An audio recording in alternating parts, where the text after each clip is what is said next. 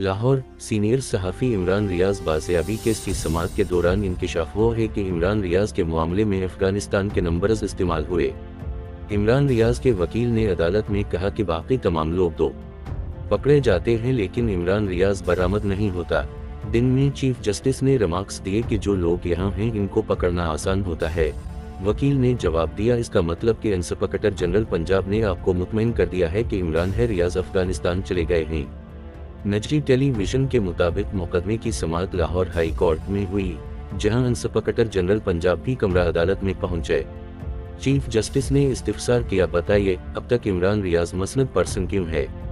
वजारत दिफा और वजारत दाखिला से कोई रिपोर्ट आई है क्या?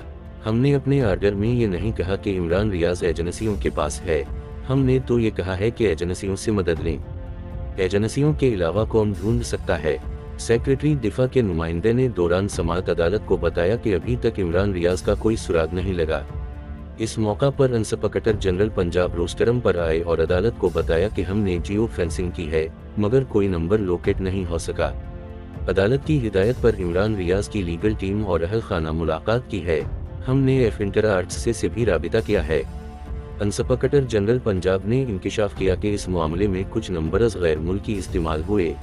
जो नंबर्स इस्तेमाल हुए वो अफगानिस्तान के हैं और हमारे पास अफगानिस्तान के नंबर्स ट्रेस करने की सलाहियत नहीं।